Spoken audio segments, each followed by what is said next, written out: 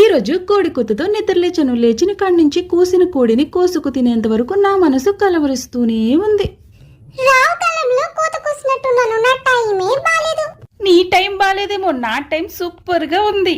కానీ అమ్మ కానీ కుక్కర్లో నూనె వేసుకొని దానిలో 3 ఎలక్కాయలు వేసుకోండి. ఏం కాయలు? ఎలక్కాయలు. అమ్మా అవి ఎలక్కాయలో ఏనుగు తలకాయలో కాదమ్మా. బా, నాకేం తెలియదు అనుకుంటున్నావా? నేను డిగ్రీ దాకా చదివాను, నాకన్నీ తెలుసు. ఏంటి ఈ బ్రెయిన్ తోనే డిగ్రీ దాకా చదివేసావా? నమ్మవా? నా సర్టిఫికేట్స్ చూపించినా నీకు? ఏం కిడ్స్? సర్టిఫికేట్స్ ఏంటి? నీకు ఇంగ్లీష్ రాదా? ఇంగ్లీష్ వచ్చు కానీ నీ ఇంగ్లీషే రాదు. మరి జాబ్ ఏమైనా చేస్తున్నావా?